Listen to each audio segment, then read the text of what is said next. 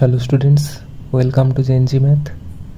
আজকে আমরা নতুন চ্যাপ্টার শুরু করব, এক্সপোনেন্টস। তো চলো আগে থিওরিটা একটু দেখে নেওয়া যাক। এক্সপোনেন্টস জিনিসটা কি? ধরে নাও, আচ্ছা, সামথিং টু দি পাওয়ার, পাওয়ার তো আমরা জানি কিছু টু দি পাওয়ার লিখতে গেলে কী করে লিখতে হয়। তো এখানে যে ভিতরে যেটা থাকে সেটাকে আমরা কি বলবো? বেস বলবো। আর উপরে যেটা থাকে সেটাকে আমরা কি বলি? পাওয়ার বলি। ঠিক আছে, একটা হয় বেস, একটা হয় বেসের উপরে যেটা থাকে পাওয়ার। আচ্ছা, যদি কোনো নাম্বার এরকম থাকে যে মাইনাস ধরো A to the power M থাকে, তাহলে এটার ভ্যালু না দুটো হতে পারে, একবার পজিটিভ হতে পারে, একবার নেগেটিভ হতে পারে।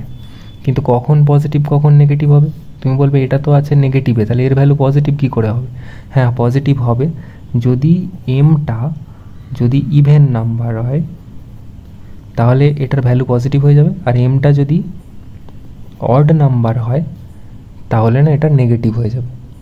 ঠিক আছে, তো এটা একটু এক্সাম্পল দিয়ে বললে আর একটু বেটার বুঝতে পারবে। তো ধরো কোথাও -2 আছে, তার হোল টু দি পাওয়ারে একবার আমি যদি বসাই 2, আর একবার যদি মাইনাস হোল টু দি পাওয়ারে যদি 3 বসাই, তাহলে দুক্ষেত্রে রেজাল্টটা কী হবে বলো?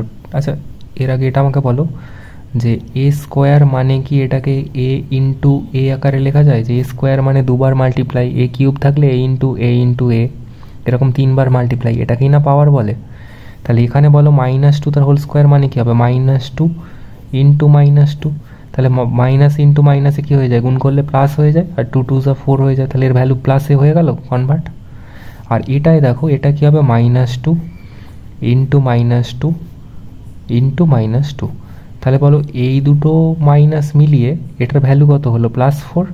কিন্তু ইন্টু কত আছে না? -2 একটা আছে। তাহলে এবার বলো প্লাসে মাইনাসে মাল্টিপ্লাই করলে কি হয়? ভ্যালু মাইনাস হয়ে যায়। 4 2 8। তাহলে এটার ভ্যালু কী হয়ে যাবে? -8 হয়ে যাবে। তাহলে যদি এমসিকিউয়ে এরকম কখনো পড়ে যে ধরো A to the power something minus A নয়, মানে কোনো একটা ভ্যালু নিয়ে নাও, মাইনাস ধরো 2 4 3 টু দি পাওয়ার এখানে আছে 22। এবার তোমাকে জিজ্ঞাসা করবে যে এর ভ্যালু পজিটিভ হবে নাকি নেগেটিভ হবে। কত ভ্যালু বার করতে বলবে না, খালি জিজ্ঞাসা করবে পজিটিভ হবে না নেগেটিভ হবে। তাহলে আমরা কি চেক করব? আমরা চেক করব পাওয়ারে কি আছে, ইভেন আছে না অড আছে। যদি দেখি এটা ইভেন নাম্বার, শেষকালে 2 আছে মানে 2 দিয়ে ডিভিসিবল, 2 দিয়ে ডিভিসিবল মানেই সেটা ইভেন নাম্বার। তাহলে যদি ইভেন নাম্বার হয় এর ভ্যালু কী হবে? যাই হোক না কেন এর ভ্যালু কোনো তো একটা ভ্যালু আসবে, সেটা পজিটিভ হবে। ঠিক আছে, যদি এখানে 23 27 এরম থাকতো তাহলে আমি বলতাম ভ্যালু নেগেটিভ হবে। কেন হবে বুঝতে পারছো? যে পজিটিভ হলে কী হবে? পেয়ারে হবে, পেয়ার হলেই মাইনাস মাইনাস ক্যান্সেল আউট হয়ে গিয়ে পজিটিভ হয়ে যাবে। কিন্তু যদি অড থাকে তাহলে একটা পেয়ার এক্সট্রা থেকে যাবে, সেই এক্সট্রাটা ওই পজিটিভটাকে নেগেটিভে আবার কনভার্ট করে দেবে। ঠিক আছে, তো এবার কতগুলো রুল আছে সেগুলো একটু শিখতে হবে। তো চলো প্রথমে যদি ভাবি আমি, এরকম আছে যে A to the power M, এটা 1 number rule. A to the power M into যদি A to the power N হয়, বেস যদি সেম থাকে, পাওয়ার আলাদা যদি থাকে বা একই থাকে, সেটা আমার বিশেষ কিছু এসে যাবে না। আমরা খালি চেক করব বেস সেম আছে কিনা। যদি বেস সেম থাকে আর করতে বলে মাল্টিপ্লাই, তাহলে পাওয়ারটার হয়ে যায় অ্যাড, মানে A to the power M plus N, এটা হয়ে যাবে।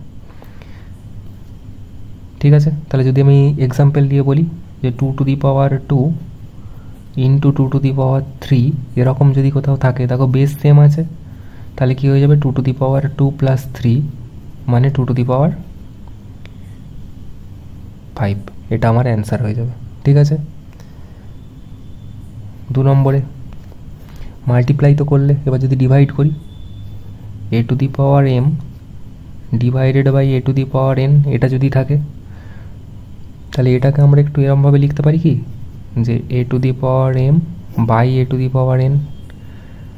আচ্ছা, যদি এরকম থাকে বেস সেম আর যদি ডিভাইড করতে বলে, তাহলে মনে রাখবে পাওয়ারের হয়ে যায় মাইনাস এম মাইনাস এন। কোনটা থেকে কোনটা মাইনাস হবে না? উপরেরটা থেকে নিচেরটা মাইনাস হবে। ঠিক আছে, তাহলে এখানে যদি থাকতো ধরো 2 স্কোয়ার ডিভাইডেড বাই 2 কিউব, তাহলে এখানে কি আসতো না 2 স্কোয়ার বাই 2 কিউব, মানে কি হয়ে যেত 2 টু দি পাওয়ার 2 মাইনাস 3, মানে হয়ে যেত 2 টু দি পাওয়ার -1। ঠিক আছে, আচ্ছা পাওয়ারে যখন মাইনাস এলোই, তাহলে আর একটা ইম্পর্টেন্ট জিনিস একদম বলেই দিই, যে যদি আমার 2/3 টু দি পাওয়ারে যদি এরকম -2 থাকে, তাহলে এই মাইনাসটা উঠলে না এটাকে জাস্ট বেসটা কি হয় ইনভার্স হয়ে যায়, মানে এটা হয়ে যাবে 3/2 টু দি পাওয়ার 2। ক্লিয়ার? মানে এই রুলটা অনেকটা এরকম, a/b টু দি পাওয়ার যদি মাইনাস m থাকে এটাকে আমরা b/a two the power m লিখতে পারি।